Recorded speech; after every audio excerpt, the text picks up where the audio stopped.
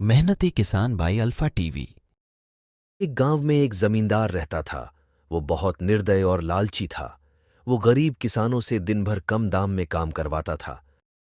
जल्दी जल्दी काम करो निकम्मो।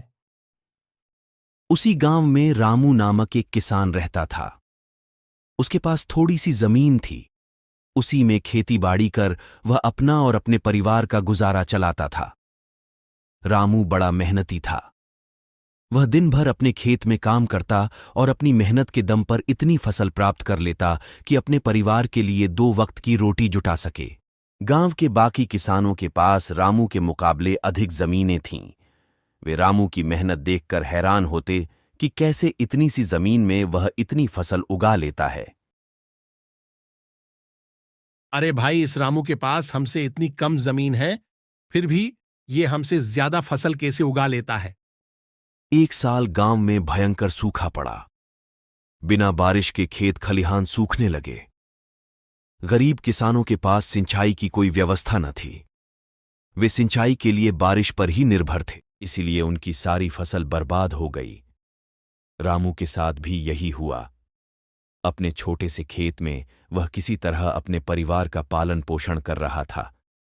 अब उनके सामने भूखों मरने की नौबत आ गई। मजबूरी के कारण वह गांव के जमींदार के पास कर्ज मांगने गया।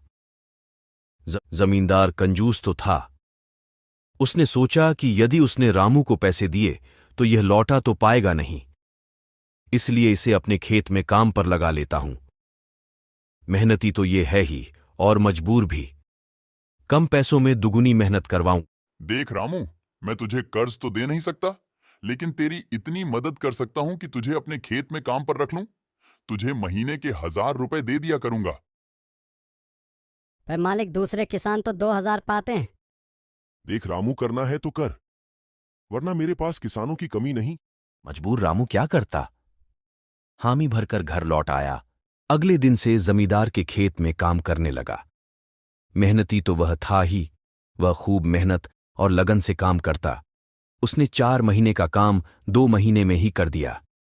ये देख जमींदार बहुत खुश हुआ, लेकिन इसके मन में मक्कारी जाग उठी। उसने सोचा कि 4 महीने का काम तो इसने 2 ही महीने में कर दिया। क्यों ना इसे निकाल दूं, इससे मेरे 2 महीने के पैसे बच जाएंगे।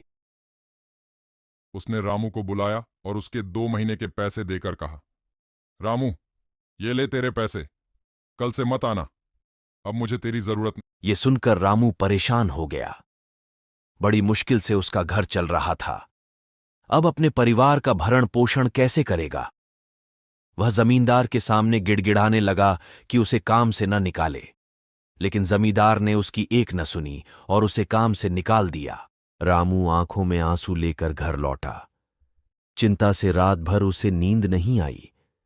सुबह उठकर उसने फैसला किया कि वह फिर से जमींदार के पास जाएगा और उससे विनती करेगा कि उसे वापस काम पर रख ले।